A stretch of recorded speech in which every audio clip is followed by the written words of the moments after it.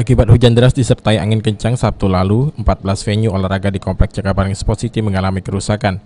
Diperkirakan untuk memperbaiki venue yang rusak ini memerlukan waktu hingga 2 bulan dan membutuhkan dana yang cukup besar, yakni mencapai 20 miliar.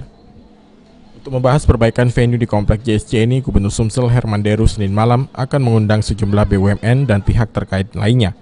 Dijelaskannya, bertempat di Gria Agung, ia telah mengundang seluruh perusahaan BUMN terutama yang telah berkontribusi berupa CSR atau bantuan lainnya terhadap pembangunan venue di Kompleks JSC. Selain itu, turut diundang juga kementerian dan dinas terkait. Pemprov Sumsel akan mengupayakan perbaikan venue yang rusak di Kompleks JSC dilakukan dalam waktu dekat dengan tujuan salah satunya untuk menepis anggapan masyarakat bangunan dan venue di JSC hanya berupa dekorasi, di mana setelah event Asian Games, jika mengalami kerusakan dibiarkan begitu saja. Dijelaskannya, untuk memperbaiki fasilitas dan sarana venue yang rusak akan menggunakan dana APBD Sumsel seminimal mungkin. Diharapkan BUMN dan kementerian terkait yang dulunya membantu pembangunan venue dapat kembali membantu memperbaiki venue.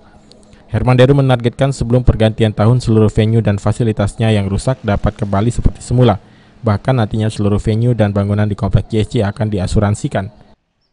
Malam ini saya akan undang seluruh BUMN yang berkontribusi di dalam membangun itu, baik berupa CSR atau bantuan lainnya, juga dinas terkait, juga kementerian terkait. Saya menghindari jangan sampai masyarakat menganggap bangunan itu seperti dekorasi pesta saja.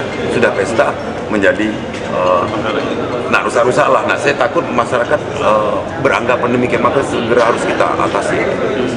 Termasuk dengan menggunakan APBD nanti, Pak? Nah, jadi kita gunakan APBD seminimal mungkin. Kita harapkan para BUMN yang juga dulu berkontribusi membangun ini, kementerian yang juga membantu bangunan ini untuk bersama-sama, karena saya targetkan sebelum berganti tahun itu sudah bisa digunakan lagi. Julius Tumban Gaul, PAL TV.